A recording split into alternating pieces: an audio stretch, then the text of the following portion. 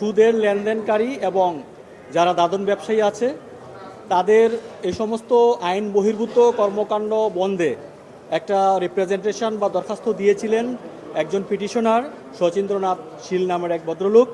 তো উনি হচ্ছে আজকের এই রিট পিটিশনের পিটিশনার। এটা দিয়েছিলেন মাইক্রো ক্রেডিট রেগুলেটরি অথরিটির চেয়ারম্যানকে। তো সেইটা নিষ্পত্তি উনি করেননি, যার জন্য উনি এগ্রিভড হয়ে রিট পিটিশন ফাইল করেছেন মহামান্য হাইকোর্ট ডিভিশনে। মাননীয় বিচারপতি জনাব আশরাফুল কামাল এবং মাননীয় বিচারপতি জনাব কাজী ওয়ালুল ইসলামের কোর্টে আজকে এটা শুনানি হয়। এর আগেও 3 দিন শুনানি হয়েছে।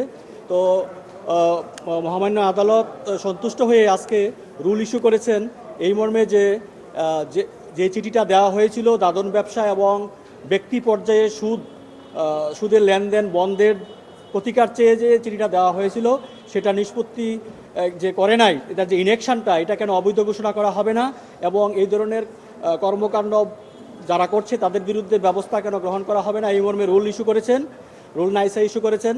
অ্যাট দ্য সেম টাইম একটা ডাইরেকশন দিয়েছেন মাইক্রো ক্রেডিট রেগুলেটরি অথরিটির চেয়ারম্যানকে যাতে 2 মাসের মধ্যে পিটিশনারের সংশ্লিষ্ট দরখাস্তটি নিষ্পত্তি করে প্রয়োজনীয় আইনগত ব্যবস্থা নেয়।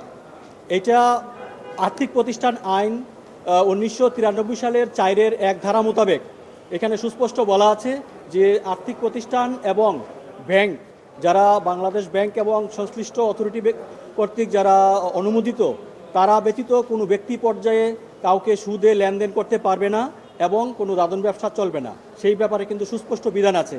আমরা মহামান্য আদালতকে সেই বিষয়টা বোঝাতে সক্ষম হয়েছি। এছাড়াও ব্যাংকিং কোম্পানিজ অ্যাক্ট আছে, ওখানেও এই ব্যাপারে কিন্তু সুস্পষ্ট নির্দেশনা আছে। এছাড়া মাইক্রো ক্রেডিট রেগুলেটরি অথরিটিতে সংশ্লিষ্ট বিধান আছে এই ব্যাপারে এবং মাইক্রো ক্রেডিট রেগুলেটরি অথরিটির কাজই হচ্ছে যে যারা ক্ষুদ্র ঋণ সংক্রান্ত বিষয় আছে।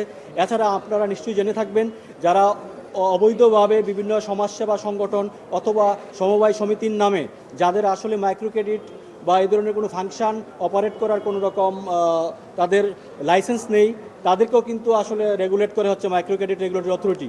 তো আজকের এই আদেশের মধ্য দিয়ে এদের যে কর্মতৎপরতা আছে এগুলা কিন্তু আদালত এই বিষয়গুলো আমলে নিয়েছেন মহামান্য আদালত এবং পরবর্তীতে এই আদেশটি দিয়েছেন।